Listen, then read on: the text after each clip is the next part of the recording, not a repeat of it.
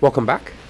This is an Aleks homework video on identifying the major species in weak acid or weak base equilibria. So they're asking you to look at an equation here. In this example, I've got some sodium hydroxide mixed with some hydrofluoric acid. They're asking at the end, after everything is done, what do you have left in the water? What acids do you have left in the water? What bases do you have left in the water? What other ions do you have left in the water?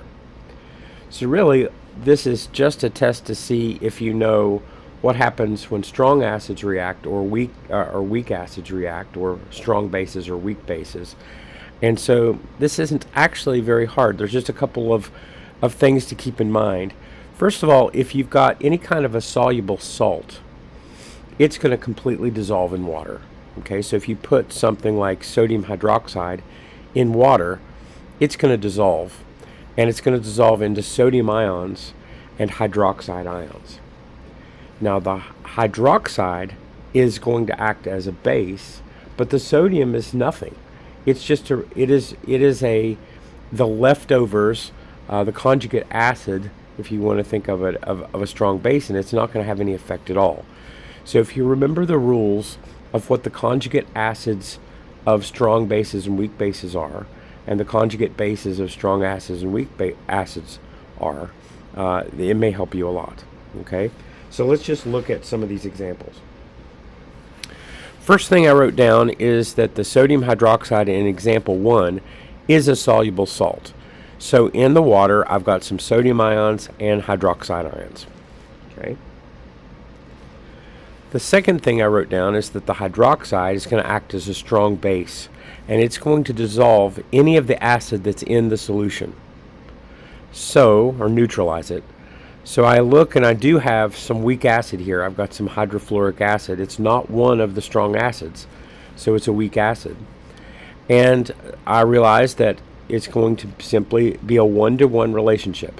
For every mole of hydrofluoric acid I have, it's going to neutralize 1 mole of my hydroxide ion.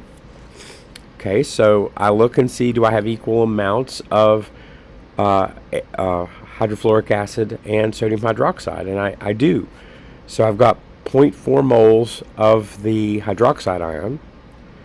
And when I find that moles is going to be molarity times liters is moles, then I'm going to have the same. I have a 1-to-1 relationship here, and so all of my hydroxide is going to go away because it's a strong base, and all of my hydrofluoric acid is going to be neutralized because I have a 1-to-1 relationship here.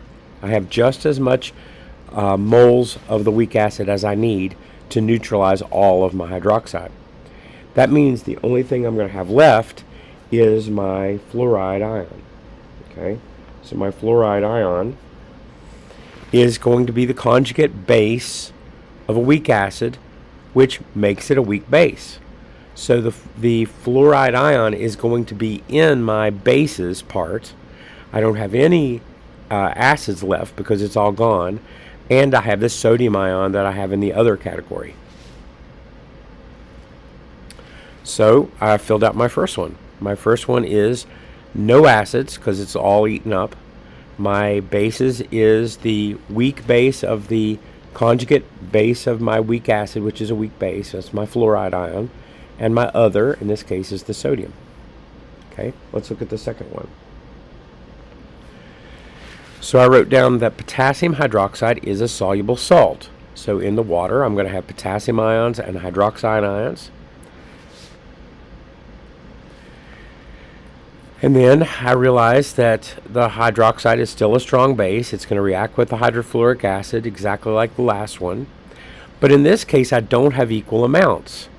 I have 0.2 moles of the hydroxide, but when I take 1 liter times 0.4 moles of hydrofluoric acid, I end up having 0.4 moles of the hydrofluoric acid. Well, all of the hydroxide is going to be used up because it's a strong base. That means 0.2 moles of the acid will be used up. It's a 1-to-1 relationship, so it uses 1 to 1, so 0.2 is going to be used up. That's going to leave me leftover hydrofluoric acid. So it's going to go in my acid pile here. And I made some fluoride ion, which is the conjugate base of a weak acid. That makes it a weak base. So it's going to go in that, and my potassium will go in the other pile. So the only other example that I think you could possibly have is if you ended up with a strong acid at the end, but no base to use it up with. The water is going to act as that base. So if you were to put a strong acid in that water, all that strong acid is going to be used up to make hydronium ions, the H3O plus hydroniums. So they will be used up. So I don't think you're ever going to have a strong acid as one of your acids, and you're not going to have a strong base as one of your bases. So I can imagine all kinds of different examples here, numerous, but basically follow that same rule.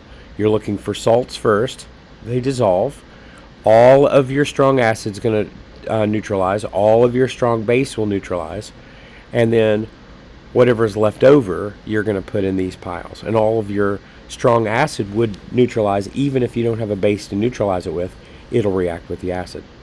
So I hope you're not too confused. I think it's not too big a deal. You may be able to do it.